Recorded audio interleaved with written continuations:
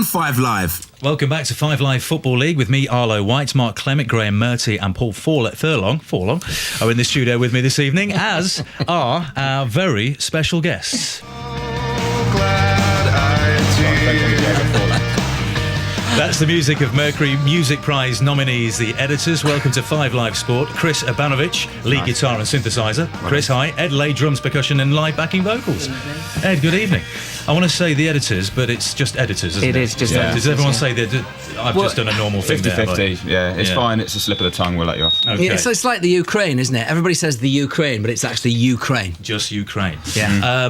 You've been here at the BBC all day. You're on Jules Holland this week. Yeah, we love the BBC. We haven't actually been here all day. We've just been wandering around the building. You've got your pass and you're determined to use it. Yeah. Well, you can get very lost around this place. I'm sure you have in the past before, but it's have you come across some people that you recognise and had one of those weird BBC moments? Well, Paul Furlong and Graham Murty over there. We were saying actually outside through the glass how good Paul looks. He was saying, thanks, I'm all right myself. You're on a bad day, aren't you? I'll give myself on my crutches and go. Cheers. 40 years old, you know, 40 years old. You are right. I mean, I know. We're 28 and Chris said that he looks better than both of us. Yeah, but come on, he does yoga and eats rice. What? I mean, we That's then true, ask what you get up to. Yeah. Rock and roll mice. Was it you guys then? You were rehearsing for later. Was it you guys that were the music was powering out across the? That was very close to making that racket you said there. I didn't say racket. I wouldn't say racket. You can say that. I wouldn't say they racket. They foolishly left the studio doors open, so yeah, it was, I'm afraid. So. We make a noise, that's fine. We should point out, obviously, that Ed is an Ipswich fan. Very topical at the moment with Mr. Keane's start to the season, and Chris is a Nottingham Forest fan. Not so topical, nothing ever happens with us. Well, I don't know. I was surprised you two weren't scrapping in the Isles last week, because there was a fairly... I was going to say a must-win game for Roy Keane, but you didn't obviously win it last week, and the two played each other. They're playing Forest, so it's obviously going to be a draw. Yeah. Or a loss. Yeah. Were you two together that particular night? We weren't. We were apart, and to be honest, it passed pretty much without incident. I think the game and our conversation with each other as well. So it seemed like we shared a half as well, which was quite nice, goal each. So what are the roots of your support then? I mean, what kind of era are we talking about here and the players you grew up watching, Ed? First match I saw was versus Borough, actually, and Daly and Atkinson... Was it 5-0? Daly and Atkinson scored a hat-trick. Oh, I remember the game. I remember it. I think Mitch DeVray scored. I think it was 4-0. He did. And do you know what? The thing about that game, it was 4-0. And not only did he get the hat-trick, he supplied the cross for Mitch DeVray to get that goal. And he turned on an absolute sixpence and he put this hammer cross in, which sort of bounced off Mitch DeVray's head. So you're absolutely right. God, I'm not in a good night tonight, am I? So that was your first game? That was my first game. I mean, you can't get much better than that. Yeah, and I spoke to you last week on the podcast I do for the Football League, and you did confess about the location of your very first Ipswich Town shirt. Yeah, it's on a teddy. It's on a teddy. It was tiny, it was tiny. Look at me, I'm not the biggest now, am I? Sales. But you gotta just crash it. I did put it somewhere. I did point that out at the time. Chris, so what about you? Brian Clough era, late Brian Clough era, so kind of like 88 was kind of like my first memories. So players like Nigel Clough, Stuart Pearce, Des Walker, Gary Crosby. Yeah. So and that was a decent side, wasn't it? Great side. We can't own the League Cup or the Zenith Cup or the Milk Cup or whatever you want to call it at that time. We were always beating people. Well, you say about being jaw specialists. I mean, it's hard for Billy Davies, who is a friend of the show, Clem. We should point out Billy Davies has been on a few times this season.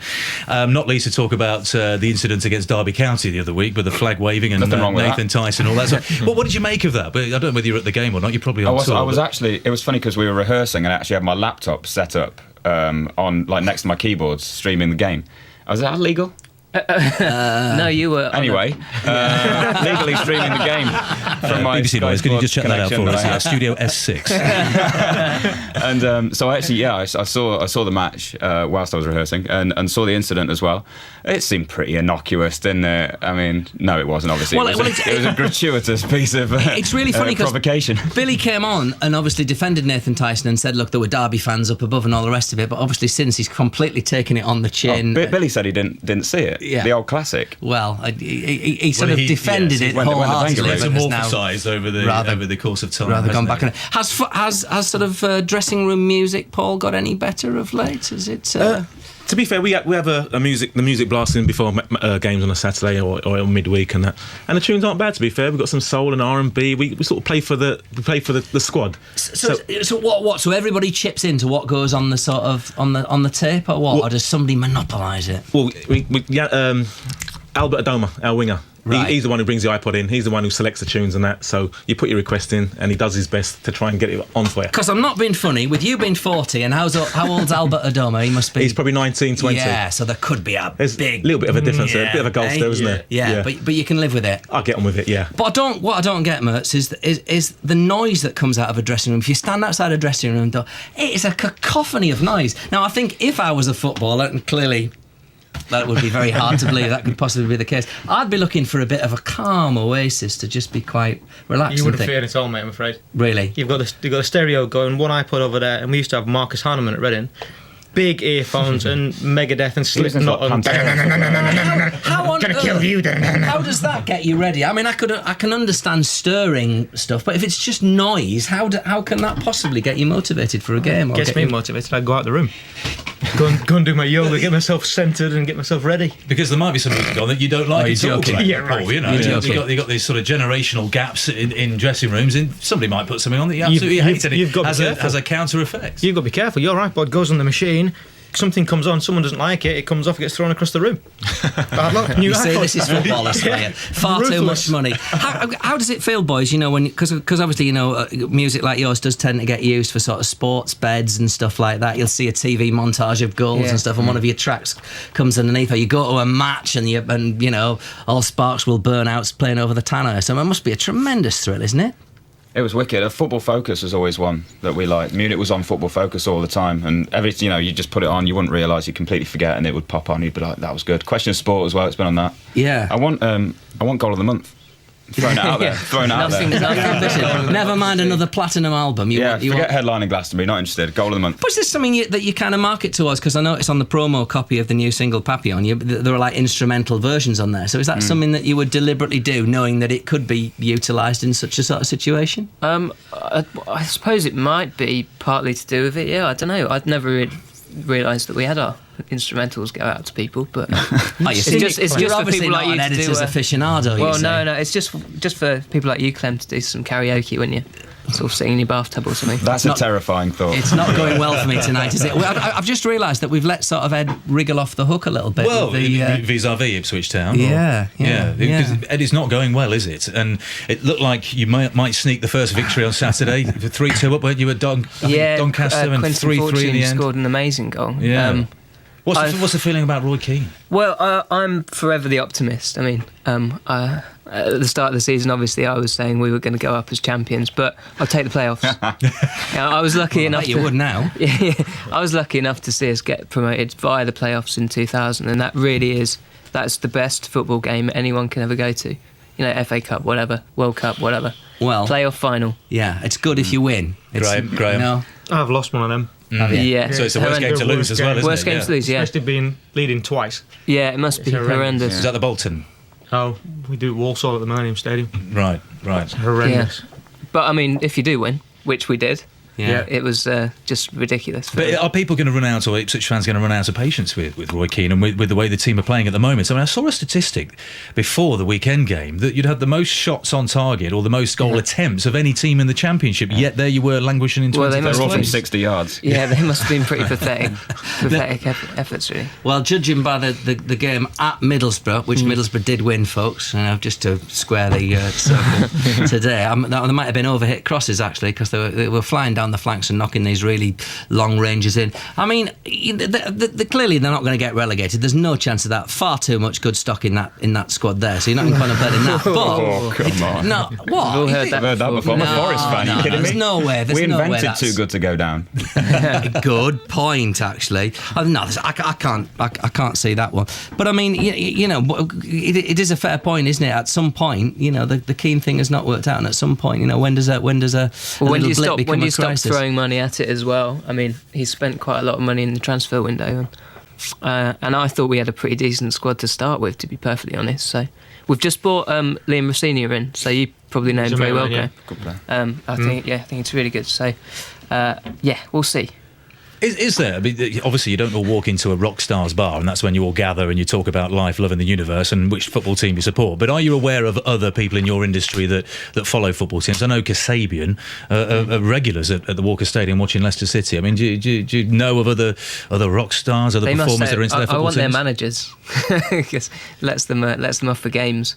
But no, we hardly ever get to go. It's a real shame. That's one of the biggest letdowns of touring life, I suppose. You can't follow your team, but there's a lot on the internet. There's the other way around as well. We know that Damien Duff's a big Editors fan. He actually helicoptered into our gig in Doncaster on his birthday last year. Hold on a minute. Which was I need to think about this. Just take your time. Take your time. Helicopters into Doncaster. Yeah, I mean it's a bit of an oxymoron, but yeah, still works. So again, an absolute thrill there, and you know at the stadiums and stuff as well. You know, when in terms of walkout music and all that kind of stuff. Okay, it's an interesting example actually.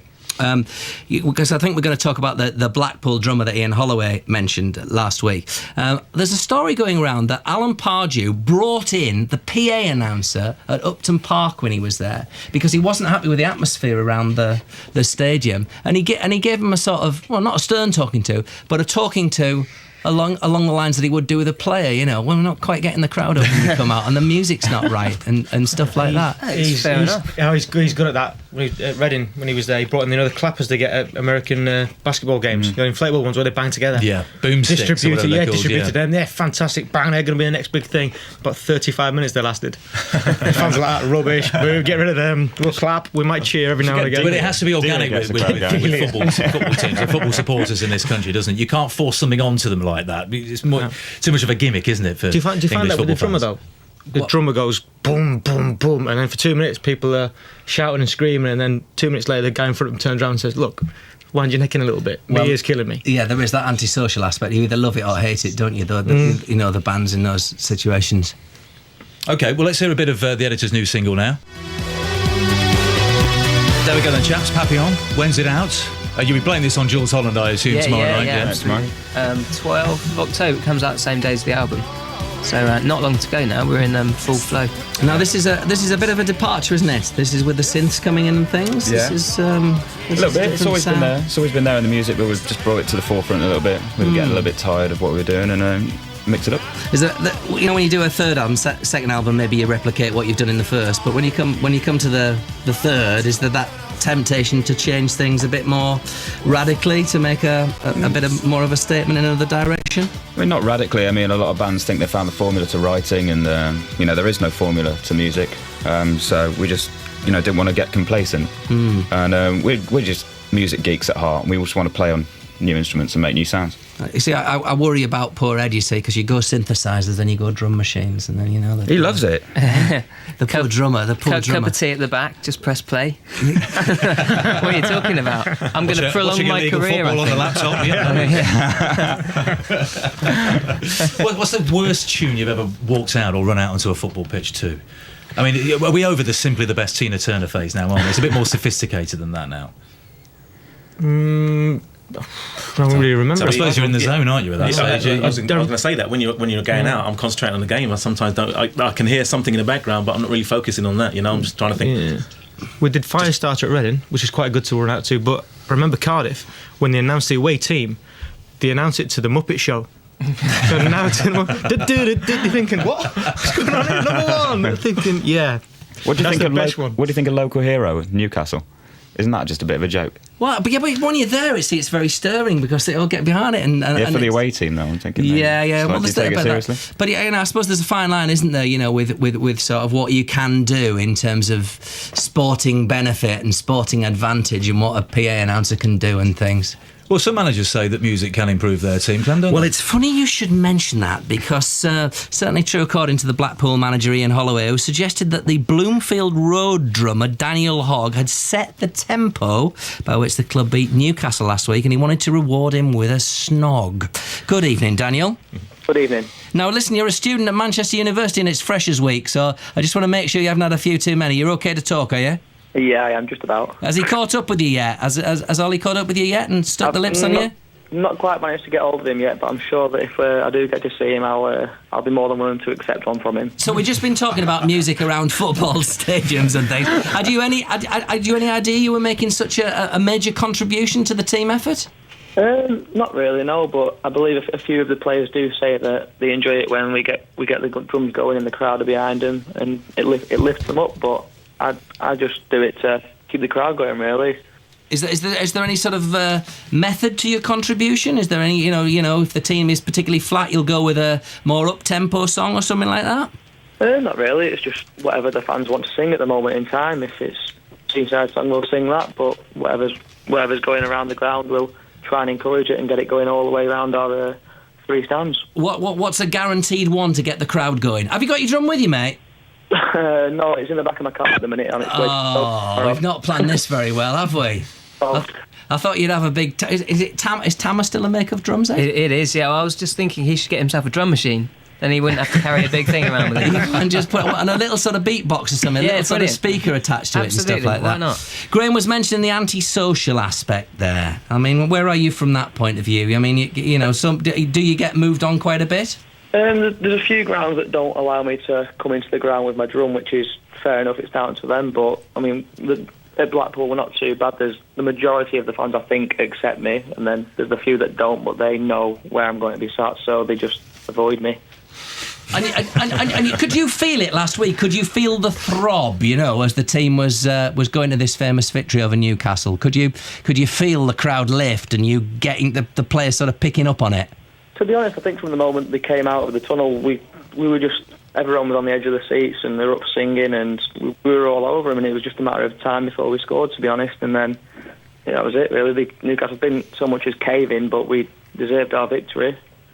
Daniel, I'm not being funny, but I'm feeling a bit cheated. Have you got a table in front of you or something like that? A table? Yeah, or just something you could bang with the palms of your hands, just to give us a little flavour. I'll try, but I don't know. Okay, it's a big pressure because obviously Ed Lay's here with us, and he's one of the top drummers in the country. But go on, go for it. Hang about, then here we go. Okay. Get the goldfish off the table first. We don't want it wobbling on the floor and smashing or anything. All right, here we go.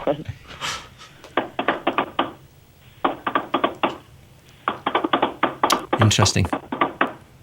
What do you think of that for a paradiddle?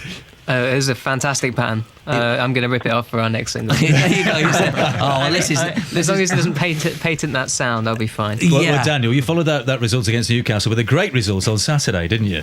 Yeah, well, sounded a good team apparently. We're not playing too well and winning games, but we've got to take, don't mean to sound like a manager, but one game at a time. Well, should be okay. Let's be clear, that was at Nottingham Forest. Was it, I think, Blackpool's first win at Forest for 43 years or something? That's enough. Come on, let's move on. I mean, it's a night of rubbing it in this evening, isn't it, on Friday Football League? Daniel, thanks for joining us this evening. Much appreciated. Good luck getting that drum into various grounds around the country for the rest of the season. Just to bring it back, I just want to say, not only Chris Brunt, did anybody see George Boyd's goal for Peterborough, the winning goal in the 90th minute of the weekend? It was an absolute beauty. He flicked it in with his studs. He just had his back to goal and just raked it in the back of the net. There's some really, really good stories going on in football at the moment. Yeah, and Peterborough have played very well, and they threatened a decent victory all season, haven't they? And I saw Darren Ferguson coming a couple of weeks together ago, now. and he was saying that they weren't far away. But there's some great stories out there at the moment. Bournemouth, minus 17 last season, struggling like hell. Eddie, have you had Bournemouth this season yet? No, not this season. No. They beat us in pre-season. Did they? Decent, yeah, moved the ball very well. Really strong. And the other team I keep forgetting to mention every week is Bristol Rovers. Paul Trollope has finally been made manager last week after 4 years as head coach or whatever. Yeah, and they're third behind Leeds and Charlton, the two really fancy teams in that division, aren't they? Yeah. Clem, 2 big nights of Carling Cup football coming up on 5 Live Sport this week. Paul, Chelsea v QPR on Wednesday is, I suppose, a game of split loyalties for you, isn't it? That's right. It's a big night for QPR. Yeah, mouth-watering tie, I'm going to be at the game. Hoping for a good game, not supporting any of the teams, but hoping for a good game. Got some friends playing for QPR, and looking forward to a good game. Can you believe what's happened to both of those clubs since you left? Not really, no. I mean, it's a completely different world, isn't it? Now? It is. I mean, the money that's gone into the two clubs is phenomenal, And as I said, good luck to the two clubs. Chelsea are riding high in the Premiership, and the QPR got a great result against Cardiff at the weekend. So they're doing quite well at the moment. I think they're midway in the table at the moment, so that's good. I think the big one tomorrow, and it's live on 5 Live Sport, 7:45 kickoff, Leeds against Liverpool. Anyone remember Tony Yeboah? Oh yeah. What a goal that was! That was almost early on. Graham, what? I'm a Liverpool fan. You're digging me out all the time. What? You're just sighing permanently. Killing me. Go on like this. We might just walk out and leave you the last couple of minutes on your own. Very early on in the Premier League, wasn't it? And that was one of those goals you remember from one of the early Monday night games that really kind of sparked things off in those early days. But different sort of ambitions for those clubs these days, I suppose, and it'll be a full house at Leeds, Graham, won't it? And Liverpool have the work cut out tomorrow. Leeds get a full house every week, don't they? Yeah, they get 30 plus at least. 30,000 every week, so it'll be fantastic for them. Boy, are they in form or what? I mean, for all the spluttering the last couple of it'll be great for Jimmy Beckford to play against top quality players, really show what he's capable of, put himself in the shop window again, because he's got aspirations to go higher, and people are looking at him, see if they want to take him in the window, and hopefully they can take him in the window and we'll catch them all up at the end of it. 85058, the text number. Arlo and Clem, and indeed Chris. Can't work out why Forest run out to Mull of Kintyre. Do you guys know why? From Brendan in Nottingham. That's news to me. Mull of Kintyre. That had nothing to do with me, put it that way. I've been campaigning for one of our songs for a while now, but they're just casually ignoring my suggestions. I know they were formed by a group of shinty players, so maybe it's the Scottish connection, shinty being some sort of Highland game in Scotland, isn't it? Good knowledge. Thank you very much indeed, try my best. Aspel says, Andre in Twickenham, does he remember his goal against Bruges in the Cup Winners' Cup for Chelsea? I was in the Matthew Harding stand. Yeah, great goal. I remember the night. I remember defending. Modest as well. I remember defending a corner, heading the corner clear at one end, and racing down the pitch to the other end. My teammate at the time, Mark Steen, who's now my physio at Barnet, squaring the ball back for me, and it was a nice, tidy little finish. Mark Steen is the physio at Barnet. Mark Steen, yes, that's right, yeah. Great to hear Graham on the way back. We have missed him. He's been great for us in all the games he's played so far. How does he think the Saints will do this season, and are there any players to watch out for, says Charlie in Bournemouth? Yeah, Ricky Lambert's going to be a big threat this season. He's got a lot of goals last year. Saturday. I think we'll be all right. I think 10 points is a massive, massive deficit for us, but one win at home, anything could happen now. So I think a bit of confidence in the side, a few more wins behind us. I think playoffs is still potential for us. Do you? Right. I do, yeah. Just need I think to get seeing the squad, see the players that we have. We've just lost one of our wingers. He's gone to play for Trinidad in the World Under-20 Championships in Egypt for 4 weeks. The lucky so-and-so. Yeah. I could have carried his bag for 4 weeks, you know what I mean? Well, I don't know whether you could in the state you're in at the moment, mate. Oh, wouldn't have mattered. He could carry me. It's not a problem for him. M-U-R-T-Y, you make me H-A-P-P-Y. There has not been a more dedicated servant to the mighty Royals since Phil Parkinson. Incidentally, how long do you think before Parky will be back to take the helm at the Medeski? Well, he's doing all right at Charlton at the moment. You can't expect me to answer that one, surely. That's a loaded question. I think give Brendan time. Redden will be all right. The young lads they've got there are top quality. Well wriggled. Thank you. Clem, great to see you. You too, and these guys as well, obviously. Yeah, Chris and Ed. So tomorrow night, Jules Holland, later with Jules Holland. Do you know the time, guys? Is it? I think it's 10 o'clock for the live, is it? Sure, 10 o'clock. And then the kind of recorded programme goes out on the Friday. Yeah, there's a full one on Friday night. So just after the Forest match, essentially. Okay, so we're looking for you to get. We're looking for that Blackpool beat to be incorporated. Maybe try it on a B-side if they still have B-sides. I tell you, it's live tomorrow. So why don't I just stop what I'm doing and ruin the set for everyone? I'm sorry, it's all sorted now. Good luck with everything, boys. Cheers, guys. Thanks, guys, and Paul Furlong and Graham Murty. Thanks very much indeed. Good luck for the rest of the season. Good luck with your recovery, Graham, as well. Clem, I'll see you next. I keep saying I'll see you next Monday.